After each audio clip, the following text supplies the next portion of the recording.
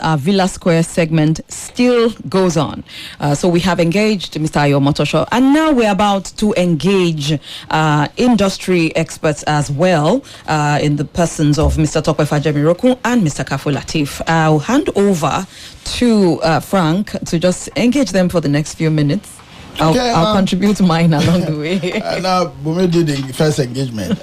She want me to do the same job. Okay, I'll do that.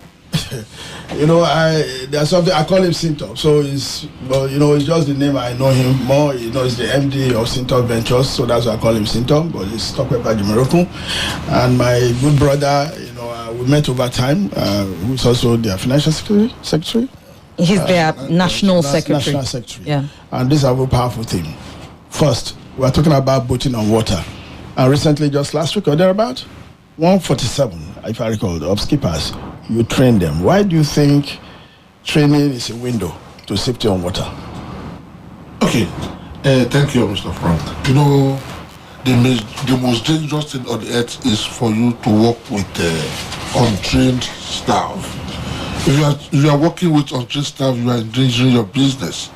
So when we incorporate our association, we took up the challenge to train our skippers and the deckhand, so that to avoid boat mishap, you need to retrain, refresh their brain all the time. That's one of the reasons why we are doing this yearly. Okay, let me talk to the secretary now. We know you're always a stickler to the Mr. Secretary, sir. Going forward, is this sustainable or something you just want to do out of the blue so that the one we say that Ubaton, they are training their skippers? Is this something you want to sustain every other year or every other quarter? First and foremost, I want us to know something about life generally. It's what we call safety of life and property. If there is no safety of life and property, then the business is not saved. Looking at a case study of Lagos metropolitan city being surrounded by water, having a lot of issues on our roads. So the only option left to sustain life and property is to go by water. However, for this reason, we make it a major concern to our Bhutan for safety of life and property, the most essential and the most ultimate to all. Okay, beyond training, I'll come to Mr. President. Beyond training, what about enforcement? Because sometimes even sometimes you train somebody and it was like, oh, it's not really doing what you are training for. So how do you enforce? Because you just train and leave them and say, oh, they are done well, and when they want to put that in practice, then you now find there's a filling in between. We have a joint task force with one of the highest authority in Nigeria, that's the BASA. We have a joint task force with them, which is working well for us. We have our jetty reps, our task force reps, our coordinators that are doing this for us, and this is working perfectly. I give kudos to Dewa on that because we are collaborating with them on the safety on waterways. Yeah, they're talking about safety. I'll come to you, Mr. Lateef, or Kafo Lateef, that's his name. Collaboration. About 4 or 5 agencies. How do you manage them? It's like having 5 wives. How do you manage? How do you manage that relationship? Everything in life is all about management, and that started also from the Garden of Eden. God was able to manage with his people over there. This thing also impart to every various life of humanity.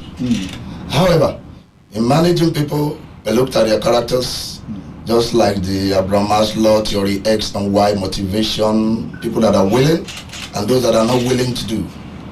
You need to have a best way of knowing their lapses in both areas of those to be manageable and those that are not manageable. However, bringing those hypotheses together, then you look for the best way out of providing solutions to it. Yeah. However, subject matters is the inspection of the enforcement that are put in place to see that those trainings are being on continuity. Is it training after training? And with the training after training, we'll be able now to examine the lapses of both the captains and deckhands and to look for the best way out to put them in the real reaction and to be proactive. Okay, I'll leave this between you and the president. This morning, a journalist called me and said, Oga, is it only in Lagos and maybe Lokoja that there's some sense of organization in terms of boat users and what they do, life jackets, enforcement. And I say it's like you need to go and study very well. Anywhere there's water, there's also enforcement by NIWA, of course, because according to the Speaker of Judgment, they are also mandated to run over all this. So there are zonal offices. So my question is, you are training the skippers in Lagos, and Wabotan is a national association. It's not a Lagos association. Okay, so when are we looking forward to you being in worry of where it's happening now? And of course, around that place, I told somebody boating is cultural. Sometimes people say, my father, their own time, they enter boat, even if they fall inside water, you see them, they come out the other side. But times have changed. The fathers went with their whatever they are using.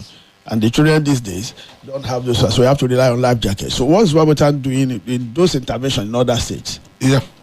And last year, if not because of the election last year, we were supposed to train about 100 boat skipper in Pategi, Kwara State.